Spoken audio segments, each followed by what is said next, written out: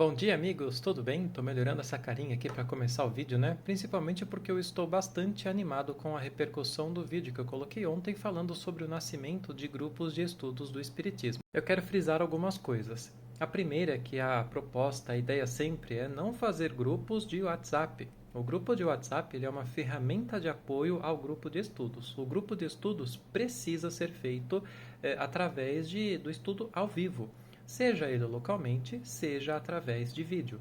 Hoje o nosso grupo, por exemplo, eu não conheço nenhuma dessas pessoas fisicamente, mas elas são como se fosse uma família para mim.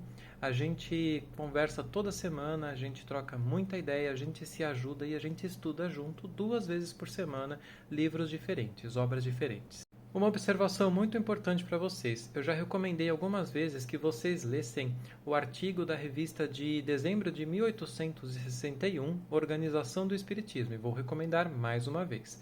É muito importante que vocês entendam, através da leitura desse artigo, os aspectos importantes de um grupo, a base necessária, a unidade, a harmonia. E junto com o artigo de dezembro de 1868, Constituição Transitória do Espiritismo, a gente entende que o movimento espírita brasileiro, guiado principalmente pela FEB, está totalmente às avessas do que deve ser a organização do Espiritismo. E isso tem muito a ver com essa proposta de criação de grupos, nos quais o nosso grupo, vamos dar todo o apoio a vocês. A gente quer assessorar vocês, como se fosse cuidar ali de vocês no início da formação desse grupo, com um cuidado que nós não tivemos. Nós tivemos que descobrir, dar os nossos passos, e a gente quer passar essa experiência para vocês. Bom, Kardec lá atrás e os espíritos já consideravam coisas muito importantes a respeito dos grupos.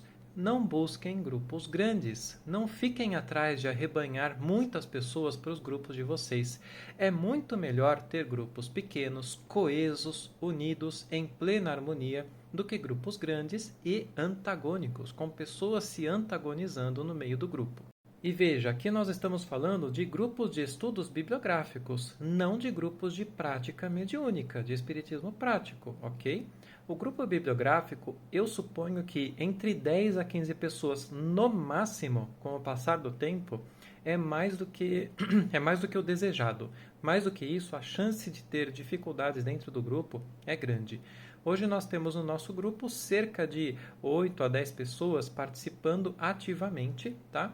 Estudando a obra espírita, estudando principalmente a revista espírita e utilizando para isso também aquilo que a gente encontra nas outras obras. Lembrando a importância de voltar às obras originais, O Céu e o Inferno e a Gênese, que estão disponíveis no link do nosso site, Grupo de Estudos, O Legado de Allan Kardec, e também de entender adequadamente o contexto e a verdadeira face, a verdadeira proposta do Espiritismo, que é a de autonomia e não de heteronomia.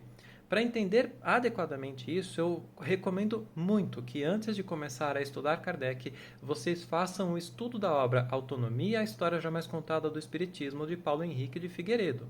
Ou então, para pelo menos entender o que é tudo isso, que vocês vão lá no YouTube, pesquisem Paulo Henrique de Figueiredo, Autonomia. E vocês vão ver 2 vídeos principalmente, tem um que tem acho que até um pouco mais de 2 horas e pouco, quase 3 horas.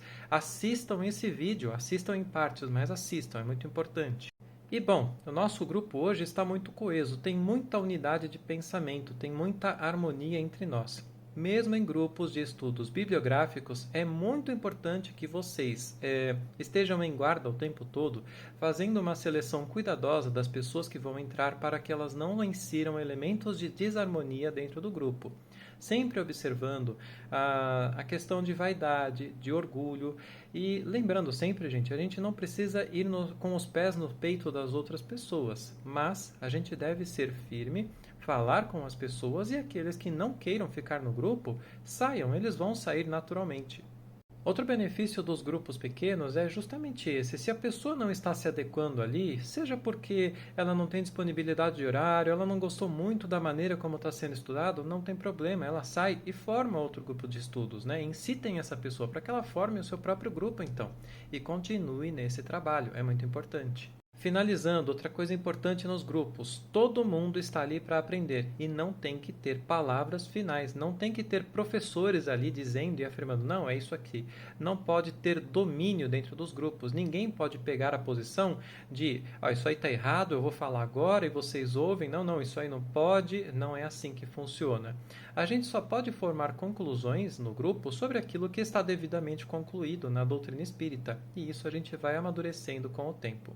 Ao estudar a Revista Espírita, vocês vão notar esse amadurecimento, vocês vão ver que existem ali hipóteses, inclusive, que depois Kardec descarta, que não entram como parte da teoria espírita. Se vocês quiserem, deixem isso muito claro em comum acordo para todos e para aqueles que vão entrar, que as salas de estudo, por exemplo, serão gravadas e postadas no YouTube. É uma opção que vocês têm.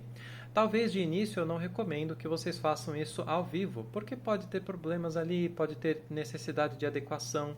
Mas na verdade, não se liguem muito a essa necessidade, gente. Tem muito vídeo sendo postado no YouTube.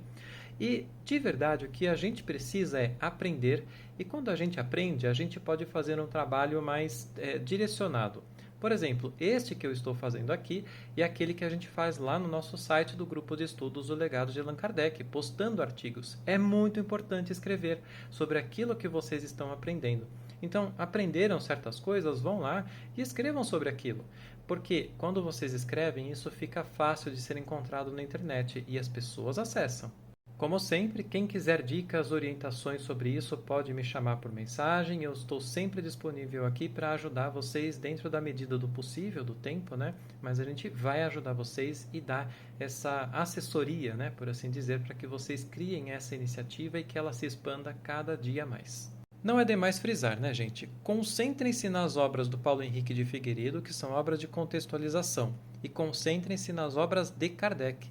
Deixem de lado romances, obras fora desse contexto, sabe? Obras mediúnicas. Não façam isso, não vão querer estudar André Luiz nesses grupos de estudos. É necessário estudar Kardec e o contexto, entender tudo isso. E isso, garanto, vai levar vocês uns bons anos. E que no futuro vocês possam estar como nós, com pessoas entrando em contato com a gente de todo canto do mundo, dos Estados Unidos, do Canadá, pessoas acessando o nosso site de todos os cantos do mundo e cada vez mais tendo contato com essa verdadeira face do Espiritismo.